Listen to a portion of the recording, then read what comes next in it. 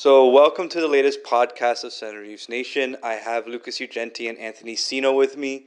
We'll be discussing how we've been managing through this COVID self-quarantining situation we all find ourselves in. And we'll also get to some of our follower questions that we received through our mailbag. So, welcome, gentlemen. How are things going? As best they can go. Excellent. Things are going well. It's been an interesting transition from being able to watch sports and go to your favorite watering hole to now being stuck in a small little office to record our podcast. Has been an interesting transition, needless to say. So first, what I would like to do is kind of give Anthony, our newest team member, an opportunity to introduce himself. I know all of you who have read his latest blogs and have given us, a lot of really positive feedback. But here's Anthony's opportunity now to kind of introduce himself, kind of explain a little bit of his background, and Anthony, take it off. Thanks, Pat. So first off, just want to introduce myself again. So, like Pat said, my name's Anthony, fellow lifelong Leaf fan. Basically, joined this team because I sensed that you two crazy Leaf fans were just as crazy as me, and I thought craziness is stronger in packs. So basically, when Leaf Nation bands together, and I just thought, you know what, you get to talk about the Leafs on your free time. Why not join a rambunctious team like Center Leafs Nation to act as an outlet for all the talk and all the thoughts inside my brain every time the Leafs are playing. And it's just been fantastic so far. It's been great. Not as great season for the Leafs, but I've had a great time talking about them with both of you gentlemen. So thank you for having me on the team, and excited to see what continues on moving forward. Most definitely. So let's start with kind of how you guys have been handling this self-isolation or quarantining or however you want to, label it these days. So Lucas, want to kind of let our listeners know what you've been up to and kind of how you've been able to cope? Truthfully, it didn't hit me until school finally ended. Once all the essays and exams ended, reality really set in, solely because, I don't have much more to do. Papers take up a lot of time. Exams took up a lot of time. So that was different. That took some adjusting. But now I'm pretty much just playing Xbox and trying to stay healthy, trying to stay active, dominating in NHL 20. Still yet to win a cup with the Leafs. I don't see that coming anytime soon. Still don't have a right shot. Top two defensemen. But that'll come. Hopefully this salary increases, because right now I am struggling. Seems realistic then. Very realistic. That's crazy. And Anthony, how have you been coping during these, unfamiliar times for many of us? Pretty standard. Once I got into a routine, like you said, it takes some adjusting. Obviously, when you're just not used to being home as much as I am right now.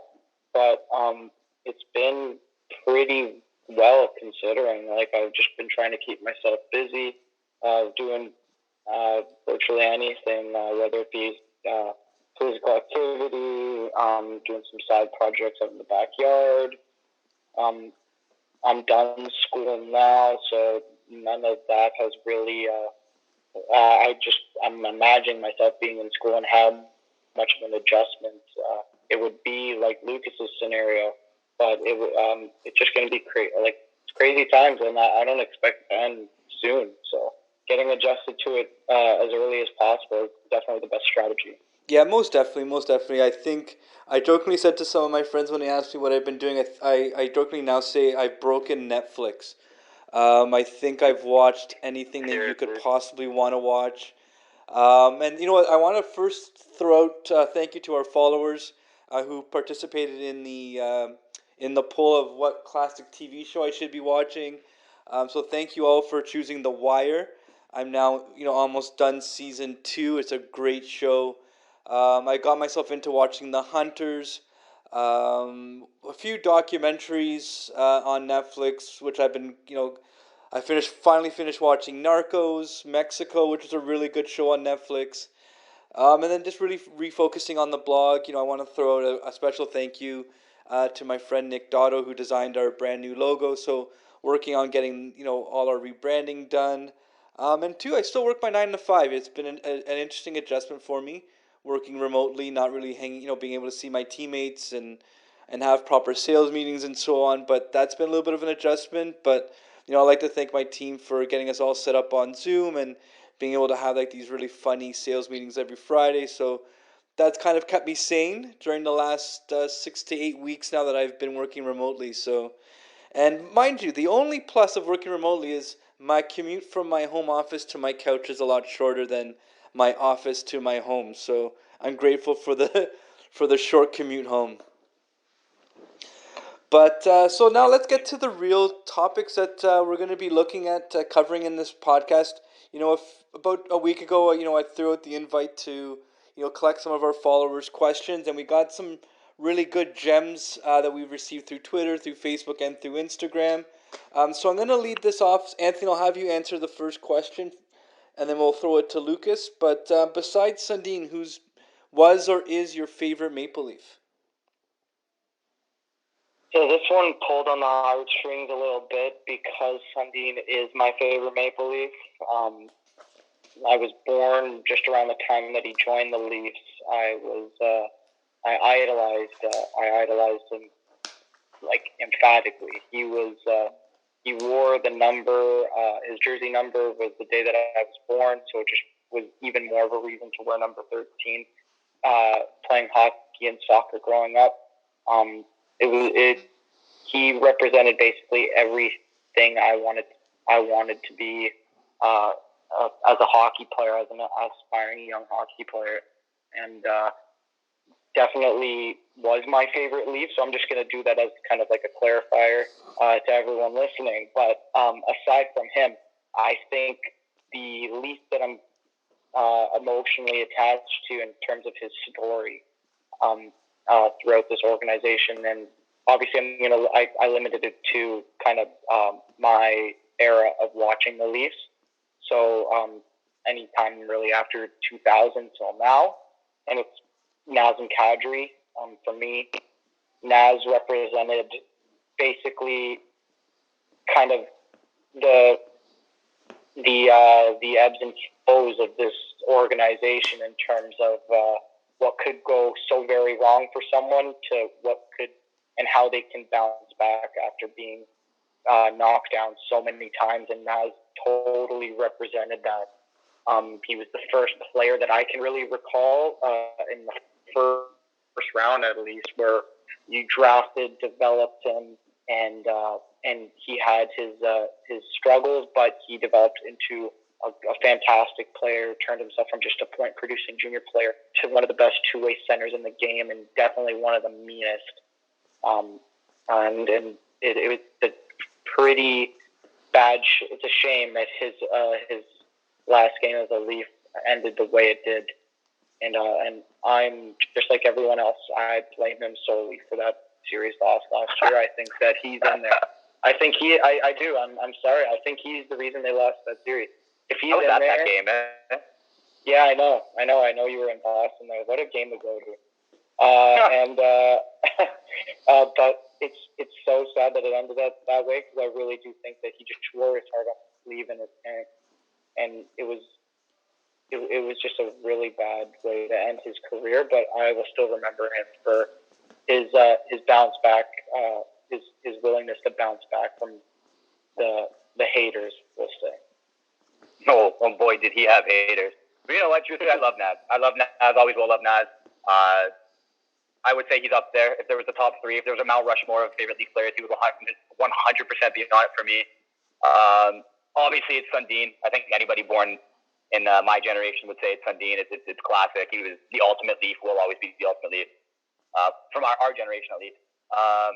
But if I had to choose someone other than Sundin, it's kind of a funny one.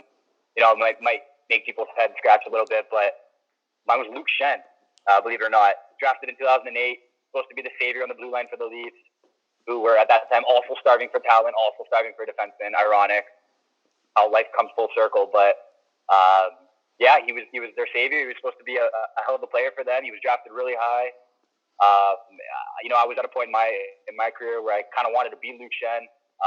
Just a big boy, hard hitter. Clearly wasn't the best. Turned out to be that. But you know what? That could have been Toronto's pressure too, because he still carved out a pretty decent career in the NHL. But at the end of the day, I was a massive Luke Schenn fan. I had his jersey. I got a jersey for Christmas, which was really cool. I think it was a CCM or Reebok. It might have been the CCM, the one. So. It might have been Reebok, actually, now, because I remember, because when he was drafted 2008, they had that jersey that they didn't have the stripe on the waist, remember? Right. Yeah. Right. I believe that's the one I have. I remember that. You're probably right. Either way, it definitely would be Luke Schenn. And I mean, there's a bunch. If there was a Mount Rushmore, it'd be a lot really easy to answer. But I think going to the last 20 years, I'm gonna have to say Luke Schenn. Other than the obvious ones, which are Matthews, Marner, Tavares, Riley, Anderson, the whole team. How about you, Pat? So for myself, I was kind of torn. I think the obvious and recency bias would lean towards Matthews being my favorite player. Just the way he kind of came on the scene with his first game, 4 goals, and then just watching him knock down Leafs records like they're dominoes has been phenomenal. I think we also saw a lot of personal growth from him. Like, I know he had a pretty rough summer from a personal perspective, but he came in, had a little bit of a slow start, and then just caught on fire. So it was good to kind of see him progress and mature. And you're starting to see an Austin Matthews that's a little bit more comfortable in front of the camera as well. But even with all that said, I got to go with Grandpa for Leafs Nation, and that was Johnny Bower. There was just a level of class. There was still that Leafs dynasty that was still tied to him. And that Leafs lore and history that, when you look back at all the people that came kind of after him and up until more recent times, the Leafs really struggled, just through the Harold Ballard era and just how he dismantled the franchise for many years. And through it all, probably even through some mistreatment of the organization, Johnny Bower stuck with it, always represented the team, at different fan events. So, I have to give it to Grandpa for Leafs Nation. But then, from a more recent perspective, I'm going with Austin Matthews. Just where he's taken the Leafs, where he's taken his career. I was looking up some of the possibilities of him taking over the franchise lead in points. And, at his current point pace, we're probably looking at 9.5 seasons before he breaks Matt Sundin's record. So, the sky's the limit for the kid. If we weren't looking at a shortened season or a postponed season, he may have even broken the single season record for Leafs goals that's currently held now by Rick Five. So yeah, I kind of have 2, so I will be greedy, boys. My apologies. But I'm going to go with Johnny Bower and Austin Matthews. Great answer. So now we're going to lead to another interesting question that we received, I believe, through our Instagram. And it was, who's the best Leafs prospect not named Nick Robertson? So I'll throw this out to you, Lucas, to start. So obviously the Toronto Maple Leafs have a ton of depth. I would assume at this point it's pretty well known. The Marlies won the Calder Cup 2 years ago. What a team that was. I know a lot of guys graduated to the NHL actually, but for the most part, their depth has remained pretty consistent. And I actually didn't want to go through some of the more obvious ones. So I found a guy that was drafted in 2018. Kyle Dubas' first year as GM, named Riley Stock. He was a 3rd rounder. And there's a ton of upside here. And the reason I choose him is truthfully because he's a center. And I know that's a unique position for the Maple Leafs right now because they actually have a ton of centers. But the reason why I chose him, honestly, is because of how well he has improved in the WHL with the Calgary Hitmen. He started out at just under a point a game, and this past year, I know it ended because of COVID and whatnot, but he had 64 games played and 68 points. And the reason I find that so unique is because majority of his points came with assists. He's been pretty consistent goal scoring wise, hovering around the 20 to 25 range, but his assists have continuously improved. And the reason why I find that so important is because Toronto takes a lot of chances with their 4th line centers. Obviously, they haven't nailed one down yet because Kerfoot, is versatile at this point with all the injuries they had. They kind of went up and he kind of went up and down the lineup. I don't see Stotts making an NHL appearance anytime soon. However, I do think the fact that he improved a ton in the WHL, opens the eyes for the Leafs general manager, the Leafs organization, to see what he can do as a Marley. I think that's pretty cool. I think there's a ton of upside with this guy. I don't see him making the Leafs anytime soon. But needless to say, Jerry Bracco has taken a very long time, and he could be a good asset in the future. And at the end of the day, if Dubas does a good job drafting like he has done so far, why not take a shot on a guy like such? Most definitely, most definitely. And Anthony, who would be your prospect to keep an eye on? I think for me, I'm gonna stick to the CHL as well. Same as you, Lucas. I'm going with Mikhail Abramov. Pardon the mispronunciation if I did so. But just quickly want to touch on what Lucas said about Riley Stott. I think, Luke, you mentioned a great point about you don't see him making the NHL anytime soon. But it made me think of something in my head about something that I wanted to say about Kyle Dubas currently. And this might go on a little bit of a quick tangent here. Sorry, guys. But I think Dubas, we're going to start noticing, and he's kind of already implemented this, but you're going to start noticing it a lot more, is that he's going to make this organization run a lot more like a baseball team. And sorry to go into another sport, but if you guys don't follow baseball, basically they like to use their system. They like to use basically every farm team possible. And it's very unique in the NHL to use your ECHL affiliate as a developmental tool. And we've seen it now. I think they did it with a guy named Justin Brazil, who they signed out of North Bay. And he didn't even sign a entry-level contract with the NHL. He signed an AHL contract, and they sent him to Newfoundland. And he played with the Growlers. And I think Stotts has that kind of similar path where I think the Leafs, maybe you're not going to see these guys sign NHL deals right away and go straight to the Marlies. I think we're going to start seeing them kind of go through that process where they're going to graduate from junior hockey, they're going to go to the ECHL, and then everyone's going to go through the same step-by-step process to get to the NHL. And I think that's fantastic. You brought up a good point there, and I think, Luke, you might want to say something on the other side. I just want to say completely agree with you. And just to touch to that point, you mentioned about using the whole development system. A guy named James Greenway would actually be a good example of that, about how Toronto uses their system, because he's been up and down between the Growlers and the Marlies all year. There's a little bit of upside with him too, and it was just unique that how often they switch between the Growlers and the Marlies, because they have that availability. And I actually do wonder how many teams do that. I don't know the actual answer, but yeah, I don't follow the other teams on where their prospects are, but I do think that's a fantastic tool. Is that you're only limited to 50 NHL contracts, right? So if the Leafs can become an attractive place to developmental wise for these prospects, where maybe they're not going to sign the lucrative NHL deal, but you get them on an AHL contract, you get them in your system, you develop them, and you see where they go, right? Like you turn like Trevor Moore. Trevor Moore's a perfect example. Undrafted free agent out of college. They sign him, and he ends up becoming a productive player. Don't quote me on this, but I want to say that he started in the ECHL. He moves on to the AHL. He becomes a productive AHL player, makes the NHL, and then he's one of the key trade pieces that brings a backup goalie in Jack Campbell and Kyle Clifford to this lineup. Right? Like it's the dividend that we won't see maybe in the near future, but down the line, I think it's a great strategy. But anyway, sorry for that little tangent, boys. But back to Mikhail Abramov. I really like this kid. I think he is overly excelled my expectations for. I think he was a 4th round pick last year by Dubas.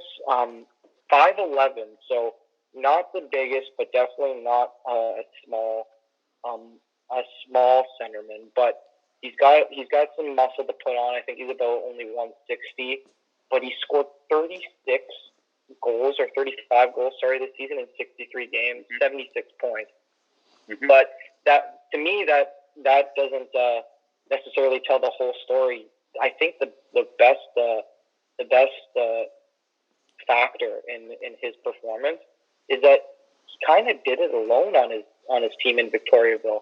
When you look at this team stats, the next closest person in terms of points is 41. The guy had 76 points in 63 games, and the team wasn't that good. So it just goes to show you that the kid has exceptional talent, and he actually just signed with the Leafs on an entry-level deal this past month. Like, I think the guy's going to be fantastic. We got him in the 4th round, so if he turns out to be a third-line center for this team, that's fantastic value. I have really high hopes for him. He's got a wicked shot. He's silky smooth hands. I think people are going to really like him. And for myself, it's funny that the question we received was who's the best prospect not named Nick Robertson. Because I'm going to go with his teammate in Peterborough and go with Semyon Deer Arguchintsev. Or Good luck. or SDA as he's been known on Twitter.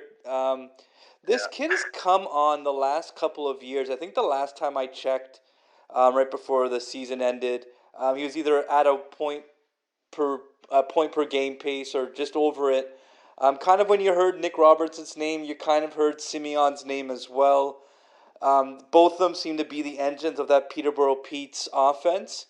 And he could be another one of these picks. You know, I know people got so hung up on his size, but I think that the Leafs are going to need to start looking for cheaper options on the 3rd and 4th line. And what better way than fill those spots with young kids coming up on entry-level contracts. So, you know, I definitely see him kind of taking that natural progression. He's probably about another year out, and then maybe either with the Growlers or with the Marlies for a couple of years. But that's definitely a kid that I want to keep an eye on. And, you know, it'd be kind of cool to have that additional pairing coming up the Leaf system. You know, Matthews kind of has Nylander, Tavares has Marner. Could Nick Robertson's be SDA? You know, it'll be interesting to watch. They had a lot of chemistry together in Peterborough, so that would be something that you know I would definitely be keeping an eye on over the next few years, especially. Now to a player that has essentially won the hearts of Leafs Nation. Kind of came in one of those sleeper trades back a few years ago, and that's our boy Zach Hyman. I know the expectations on him were really low, even in the first year of his career here in Toronto. You know, I know a lot of people kind of just saw him just as a mucker on that line with Nylander and Matthews, but he seems to have created a niche for himself. So, you know, guys, on your opinion, what has made Hyman so good? And what does a contract look like for him? So I'll throw this to Anthony. Okay, so obviously, just to echo what you said, Pat, Hyman is if he hasn't proven himself as a top 6 forward in the NHL, I think it's now people are it's very similar to the Nylander argument, but on a lesser extent, I would say, and a little bit less noisy in terms of the polarizing arguments that could be made about Nylander, that were made about Nylander, sorry. But Hyman, he basically turned himself into, okay, why is this third line checker playing beside our first overall pick, who's scoring at a pace where he's basically next to Alexander Ovechkin in terms of 5-on-5 goals, and Mike Babcock's putting this third line checker from the University of Michigan on the line. But I actually read it earlier. He was Kyle Dubas' first trade as an interim GM. They were kind of in limbo between when they were looking for Lou Lamoriello just prior to hiring him. Yeah. I think so. He I think in 2015, Mark Hunter and Dubas tag teamed the GM role, and just before that, that's when Dubas made the trade, Greg McKegg for Zach Hyman. It's turned out to be one of the best trades of this era. Yeah, I was gonna say that has to be right. That has to be one of the best trades. It has to be to. one of the That, best maybe trades the in a while. Anderson trade by Lou, the Muzzin trades up there by Dubas again. Like he is exactly what this fan base loves in a player. People say Toronto, white collar city. Well, you know what? They love their blue collar hockey players, And Zach Hyman is not just a blue-collar hockey player. Frankly, that doesn't tell the whole story. He is developing fantastically, and I think he's 27. Like the guy continues to get better, right? Like, and I think he'll be 28 in June, but he just proof that he still needs different aspects to a line, right? I always say, like, when you're constructing a line, you need someone to go get the puck, and you need someone to get the puck, and you need to put it in your skilled player's hands. And that's why I think that Hyman, Matthews, Nylander line, they should have reunited it a little bit earlier this season. I think the way Nylander was playing, Matthews was on a torrid pace. I just think that if you reunite those three, that could be one of the best lines in the league. And I don't think that is an understatement. Luke, do you want to touch on this quickly? I do have something else to say about his contract, but maybe we could talk about what makes him so good first. Yeah, I mean, he's got a ton of skill sets, and I think the best part is that he doesn't try and do more than he has to. I mean, he's in the NHL, so it's pretty obvious he has hands and he has skill. But what I like about him is that he's not afraid to chip the puck in and actually go get it. It's not just chip the puck in, rely on someone else. That he's going to be the first man in on the puck. He's gonna actually knock down the defenseman, and he's actually going to win the puck. And I think that's one of the most important pieces, especially on that line. When you dump the puck in and all you got to do is look to pass the puck to Austin Matthews or William Nylander, you're going to do all right and you're going to accumulate points no matter what. But in saying that, I don't believe that those two were the sole reason why Hyman did so well. I think he did a good job in creating space for himself. I also think he did a very good job at scoring on the opportunities that were given. I mean, it's pretty obvious he didn't waste an opportunity.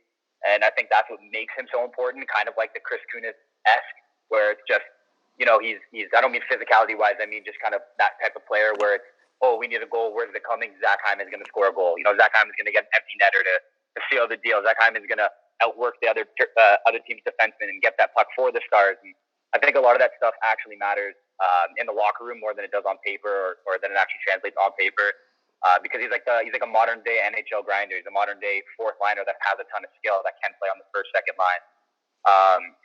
In comparison to where his contract will be, I genuinely don't know because he was on pace to score 30 goals this year, I believe. What do you pay a 30 goal scorer that technically was a fourth liner at one point? I don't know. You don't know if he's ever going to be able to do it again. I assume playing with Nylander, playing with Matthews that he can. So I don't want to give false numbers. I assume that he will get close to, if not more, what Kapanen and Johnsson got. And I'm not even saying that solely off skill. I'm saying that off everything that he does outside of what he does on the ice. And he claims he wants to be a Toronto Maple Leaf forever. So let's hope that plays into it. Let's hope there's a bit of a hometown discount. But I do hope he's a Maple Leaf for a very long time because he's slowly working his way into that Mount Rushmore of my favorite Maple Leafs. Yeah, he was like one of those like ones that I think when his first year and a half, he wasn't everyone's cup of tea. You both have touched on it. Like everyone kept asking, why was if there's ever one good decision Babcock made during his coaching was giving Hyman that role with Matthews and Nylander. I think it even helped because he was the elder on that line. I think he also taught Matthews and Nylander a little bit more of that work ethic as well. Knowing like he essentially was that grinder, and that guy that would do a lot of the dirty work. He was more physical than the other two. And now you're starting to see with William Nylander and with Matthews a rounding out of their game. And it just seems to just parallel with Hyman's growth. And Hyman's like one of those like utility knives. You could place him on any line. He'll kind of create a niche for himself on that line. Like he was just as successful with Tavares and Marner as he was Matthews and Nylander. But then he's amazing on the on the penalty kill. He just seems to fit no matter where you put him. He seems to be very low maintenance. He doesn't have an attitude. He's great with the community. Always, at all the different functions the team has. So I think when fans look at a player, they kind of look at just not only on ice stuff, but some of the off ice stuff. And he seems to just fit that role model, that additional face to the franchise that I think was lacking when there was that transition from the Kessel, Phaneuf era to this new group of players. I completely agree, Pat. You touched on it there, where like just off the off ice stuff as well. I just think that he's doing everything that will that will make himself loved by this fan base. Just not forget the on ice stuff for a second here. Is that how do you not like the guy? The guy writes children's books. Children's books. He's a fitness freak, right? And he's very active on the video game scene, especially during this quarantine. I think he sucks though in the NHL. Yeah, but aside from his skills on the stick, the controller stick, so to speak, pardon the pun. Nice. But nice. Punny. I love his skill set because he's willing to go get the puck. Just to shoot off some stats here. I don't want to get too technical here, but just when I was thinking about his contract after the 2020-21 season, right? I think his season this year. Don't want to rag on the guy, and I don't want anyone to take it as a negative slouch on him. But he had the highest shooting percentage for this season out of his entire NHL career. He averages 12% shooting percentages on a career basis. But this season, he was hovering around 20%. That's second in the NHL. Unbelievable. I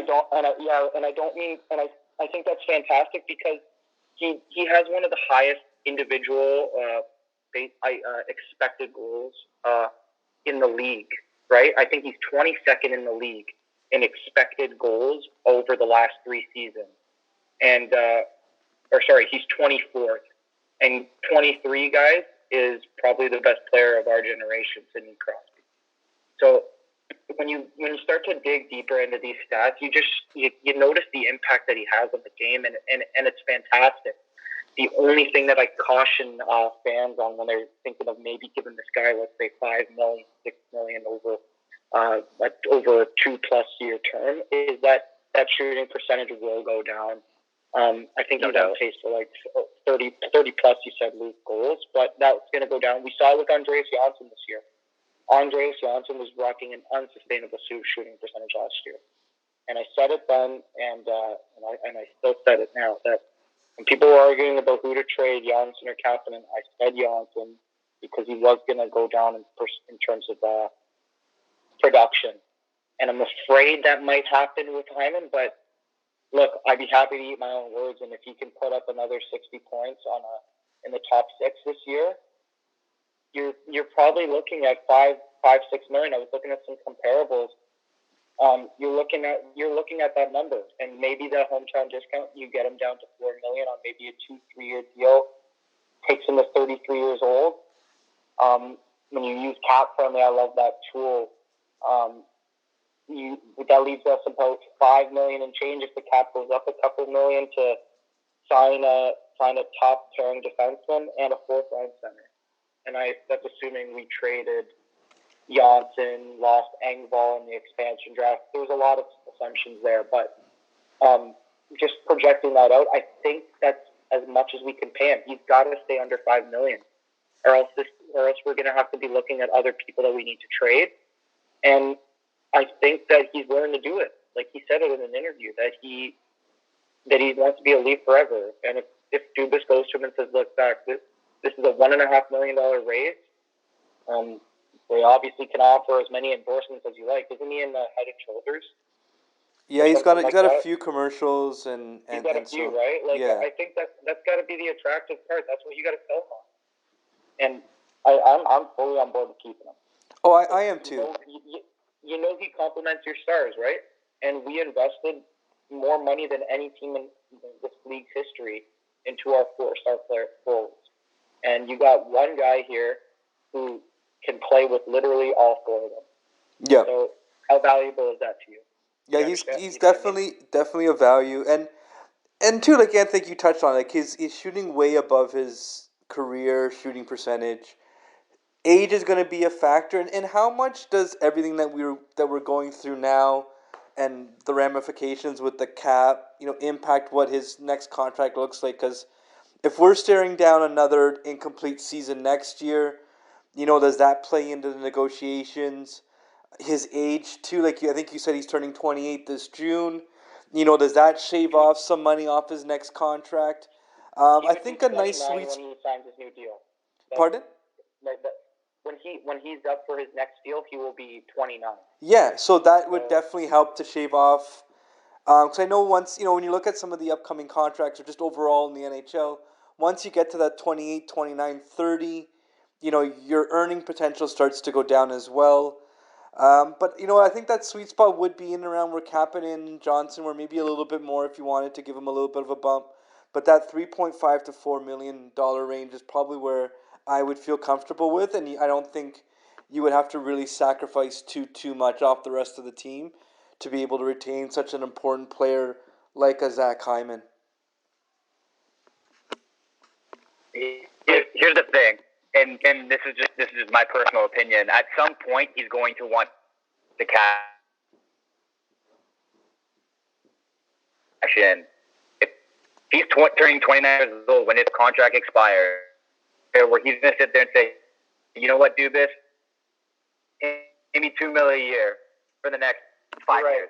Because why would he do that? To him, as much as playing important, and as much as, he wants to be the hometown hero, whatever, Mitch Marner, whatever, we can talk about anything we want in that regard.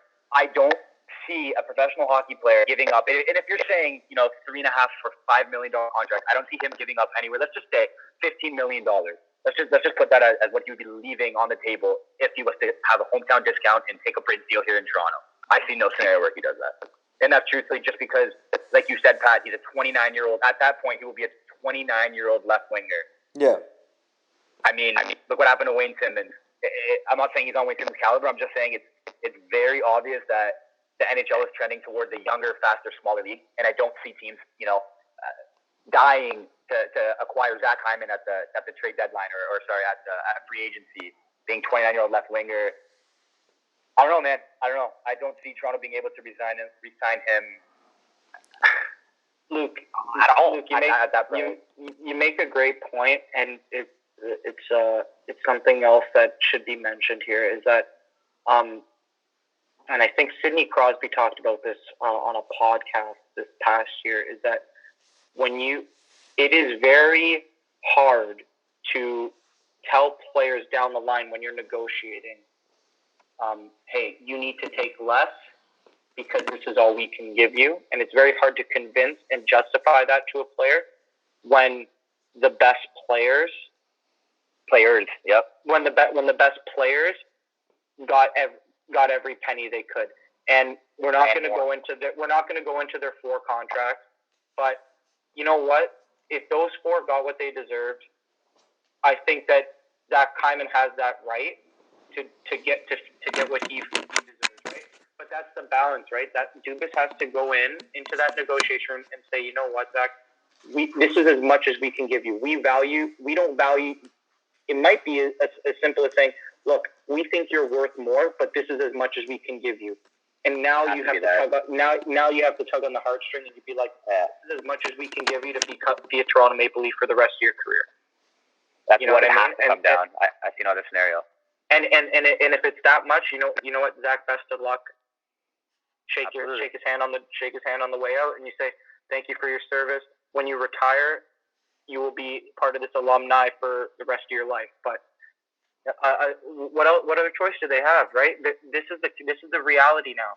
Pat mentioned it too. There might be a salary rollback. This league, the NHL is a gate revenue league, right? If there's no fans in the stands for the better part of a year and a half, how are you generating? Where's the hockey related revenue coming from?